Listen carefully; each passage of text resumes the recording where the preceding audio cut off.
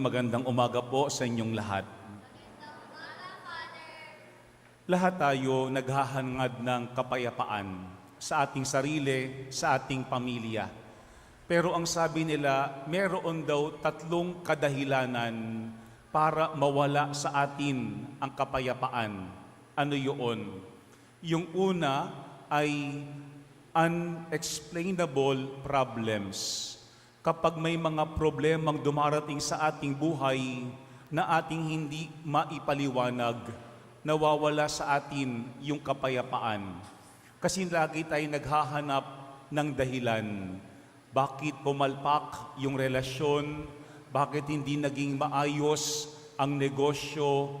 Bakit nagkaroon ng ganito sa ating sarili o sa ating pamilya? Kapag daw may mga problema na dumarating sa ating buhay na ating hindi mahanapan ng paliwanag, nawawala sa atin yung kapayapaan. Pangalawa ay kapag mayroong unchangeable people, yung mga tao na hanggang maaari sana gusto natin magbago.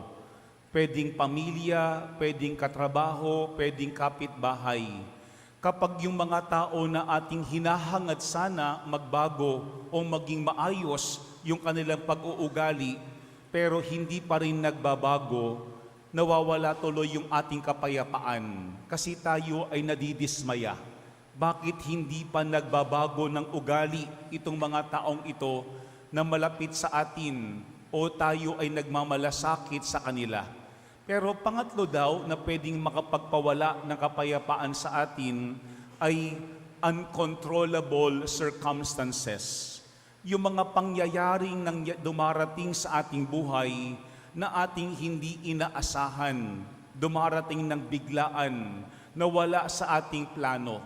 Halimbawa kapag mayroong sakit, mayroong namatay sa ating pamilya, biglang nagkaroon ng aberya sa trabaho, o kaya sa negosyo o nagkaroon ng aksidente. Ito daw yung mga uncontrollable circumstances sa ating buhay na kapag dumating dahil tayo ay hindi handa at dahil ito'y ating hindi inaasahan, para bagang nawawala yung kapayapaan sa atin. Kasi bilang mga tao, gusto natin lahat maayos. Lahat ay dumarating o nangyayari according to our plans. Pero ang realidad po, ang magkasabi sa atin, hindi lahat ng gusto natin natutupad. Hindi lahat ng ating pinaplano nagkakaroon ng kaayusan sa ating buhay. At hindi rin naman lahat ng ating hinahangad ay nagkakaroon ng katuparan. Kaya nga sa ating pong ebanghelyo, ating narinig na si Maria at saka si Jose, mayroong malinaw at simpleng plano. Ano yun?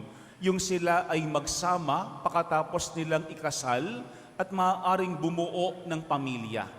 Pero nung dumating po yung anghel ng Panginoon at dinalaw si Maria at sinabi sa kanya na siya'y magiging ina ng manunubos, ang lahat ng bagay ay nagbago sa buhay ni Maria, pati po sa buhay ni Jose.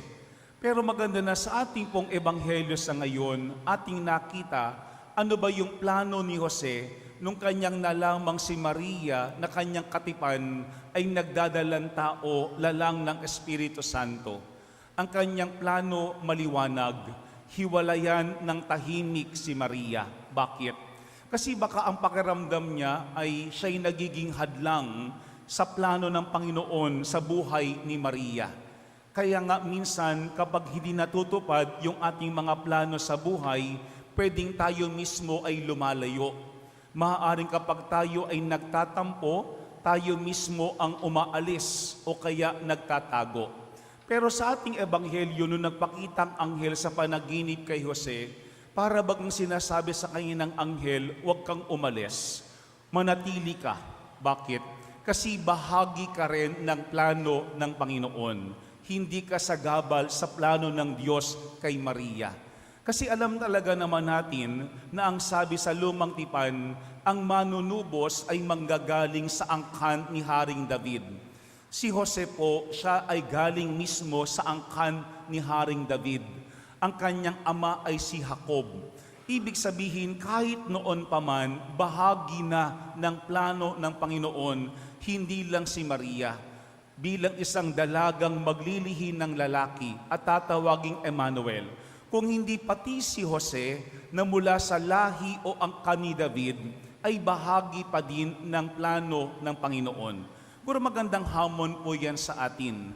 Kasi baka may mga pagkakataon tayo mismo naguguluhan kung ano ba talaga ang nangyayari sa ating buhay na maaaring hindi natin inaasahan o hindi natin plano. Pero ano ang pinapakita sa atin ni San Jose? Kapag dumating ang mga aberya sa ating buhay, kapag dumating yung mga adjustments o changes sa ating buhay, ang hamon sa atin ay tularan sa San Jose. Dalawang O.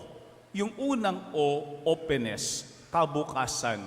Sa ating pong ebanghelyo, mapapansin natin, wala man lang tayong narinig ni anumang salita mula kay San Jose nung siya'y kinakausap ng anghel ng Panginoon sa panaginip. Pero ano ang sinasabi ng ating ebanghelyo?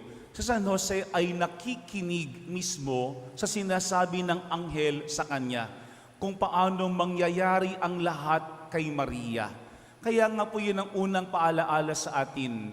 Yung pakikinig ni San Jose ay salamin ng kanyang kabukasan. Kasi kapag hindi bukas ang isang tao, hindi yan makikinig. Kapag hindi bukas ang isang tao, kahit magandang ibinibigay sa kanyang plano, ang kanyang i-insist ay yung kanyang gusto o yung kanyang plano.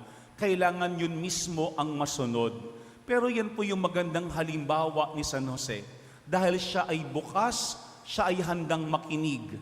Dahil siya ay bukas, handa niyang ipaisantabi yung kanyang planong hiwalayan ng tahimik si Maria para masunod ang kalooban ng Panginoon.